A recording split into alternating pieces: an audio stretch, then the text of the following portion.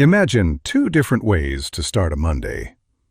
The first person wakes up and immediately reaches for their phone, not to check the news, but to check their bank balance. It's a reflex born of anxiety, like touching a bruise to see if it still throbs. And it always does. This person has a 9 a.m. meeting with a manager who is habitually late, yet they sit there with their camera on and their jaw clenched. They can't afford to speak their mind or show frustration because the mortgage is due Friday and the car payment is right behind it. This is financial captivity, a state where money acts as an invisible fence, dictating every move and silencing every honest thought. It isn't necessarily poverty. It's a high-speed treadmill that looks like success from the outside, but feels like a trap on the inside.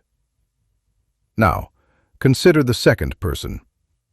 They wake up on that same Monday and check their phone to see the weather.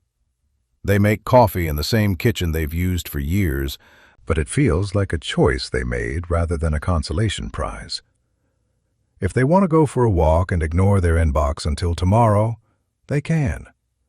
They still care about money, but it no longer runs the show. This isn't a fairy tale about being a billionaire. It's the reality of financial freedom. The moment you stop fearing your employer and start making decisions based on what you actually want rather than what you can afford to risk. The tragedy is that many people in the first category don't realize how much their situation is costing them beyond just dollars. Constant financial stress actually lowers your cognitive ability. Researchers have found that the mental strain of financial worry can sap the equivalent of 14 IQ points, the same impact as going 24 hours without sleep. When you are lying awake at 2 a.m. trying to figure out how to pay for a new set of tires, you are literally at your least capable of solving the problem. This cycle isn't an accident. It's a revenue model for banks and credit card companies that profit more when you are spread thin. But what if you could break the cycle and see the math for what it really is? Let's look at a successful household, the Garcias. On paper, they are the definition of upper middle class, with a combined income of $139,000.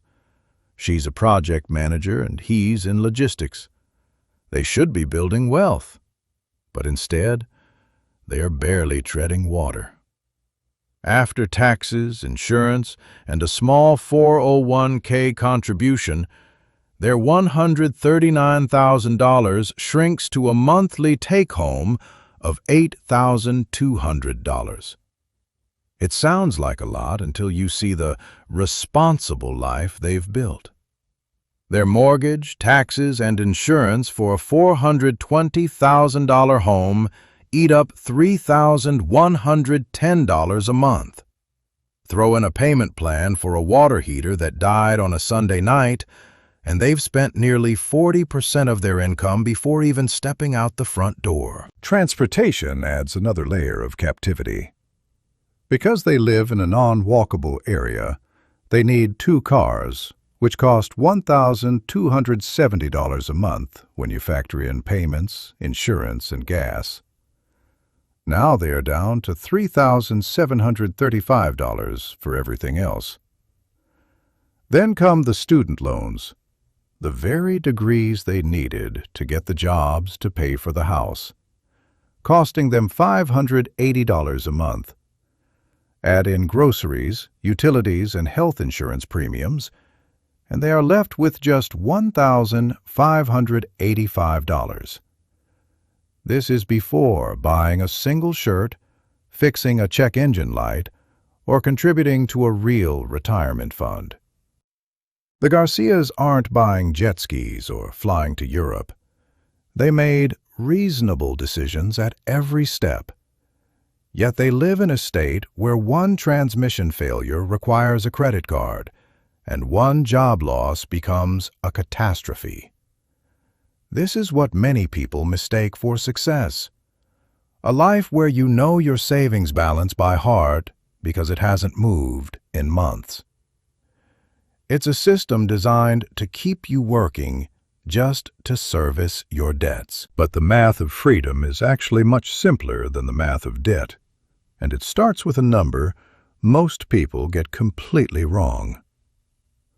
To escape the treadmill, you need to understand your freedom number. This isn't a random guess. It's based on the 4% rule. Financial researcher William Bengen analyzed decades of market data and found that a portfolio invested primarily in stocks could sustain a 4% annual withdrawal rate for at least 30 years in 95% of historical scenarios. To find your number, simply multiply your annual expenses by 25. If you live on $40,000 a year, you need $1 million. If you need $80,000, you need $2 million. It's not about buying a yacht. It's about reaching the point where money no longer makes your decisions for you. The most critical factor in reaching this number isn't your total income. It's your savings rate. Most people think saving 10% is responsible. But at that rate, you are 51 years away from independence. If you start at 25, you'll be 76 before you're free. However, if you can push that rate to 30%, you're done in 28 years. If you can save 50% of your income, you are only 17 years away from never having to work again. Cutting your spending does double duty. It speeds up how much you save and simultaneously lowers the total amount you need to retire. Consider two people. One earns $200,000 but spends $190,000, while the other earns $80,000 but saves half. The high earner is on a 51-year path to freedom, while the moderate earner will be free in 17 years. There is also a concept called coast fire, where you invest enough early on, like a 30-year-old with $300,000, that compound growth alone will carry you to retirement without you ever needing to save another cent. The retirement problem is mathematically solved, allowing you to work part-time or pursue a career you actually enjoy. Reaching financial independence brings a sense of euphoria, but that feeling eventually fades due to hedonic adaptation. Your brain quickly recalibrates to its new reality. What remains, however, is the absence of dread, the quietening of that constant financial voice in the back of your head. But many people who hit their number face two unexpected hurdles: identity and accumulation anxiety. Take Marcus, who retired at 51 with $2.3 million. After 3 months of golf and travel, he felt lost. He realized his work wasn't just a paycheck, it provided structure and community. Without a life outside of work, freedom can feel like a room you don't know how to live in. Then there is de-accumulation anxiety. After decades of training yourself to save aggressively, it feels physically painful to watch your balance decline, even when the math says you're safe. Nearly 64% of Americans fear running out of money more than they fear death. This is why many people fall victim to "one more year" syndrome. You hit your goal, but then decide you need just a little more to feel safe. The goalpost keeps moving because the mindset that built the wealth doesn't know how to stop and let you actually live. The key is to stop treating financial freedom as a finish line and start seeing it as a gate that unlocks choices. Most people who reach this stage don't stop working. They just stop being coerced. They take on projects they care about and say no to obligations. Real wealth is often invisible. It's the person in the older Corolla who is actually doing fine, while the person in the leased BMW is 3 missed paychecks away from disaster. We often confuse the costume of wealth for the person wearing it, and that confusion pushes us to make worse financial choices. So, how do you actually get there? It starts with a boring but essential first step: building an emergency buffer. Start with $1,000, then expand it to cover 3 to 6 months of expenses. This isn't an investment, it's insulation. Having a cushion changes your brain. You stop making decisions from a place of scarcity and start operating from a place of security. Step 2 is aggressively eliminating high-interest debt.